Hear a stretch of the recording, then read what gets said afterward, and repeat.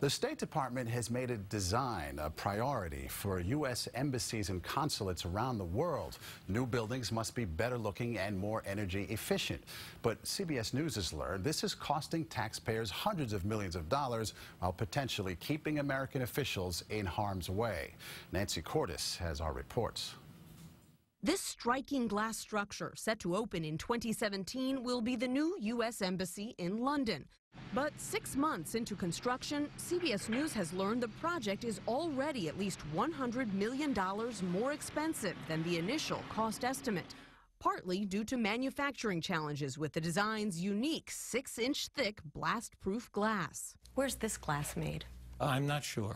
Patrick Kennedy is the State Department's Undersecretary for Management. We understand that it's made in Europe, which means that it then has to be shipped to the U.S. with guards, brought here, framed, and then shipped back to Europe, which seems like a waste of money. Sometimes you move things, sometimes you don't move things.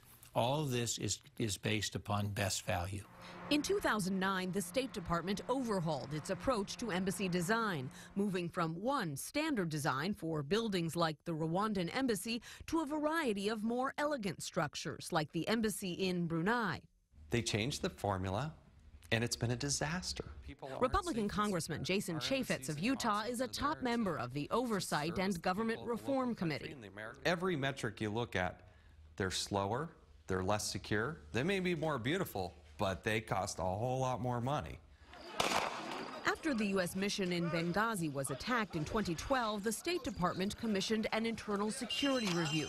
It warned the slower pace of construction under the new design approach could leave more personnel exposed in inadequate facilities for longer periods of time. That is simply inaccurate. So you disagreed with the findings in this report? Absolutely. We believe that the steps we have taken now are getting us safe buildings at a good price for the taxpayer. Grant Green, a former State Department official who authored the internal report, stands by his findings. If it takes longer, it's going to cost more.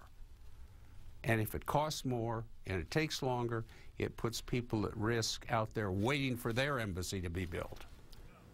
Beauty, of course, is in the eye of the beholder. Secretary of State John Kerry once described the Bush-era embassies as ugly.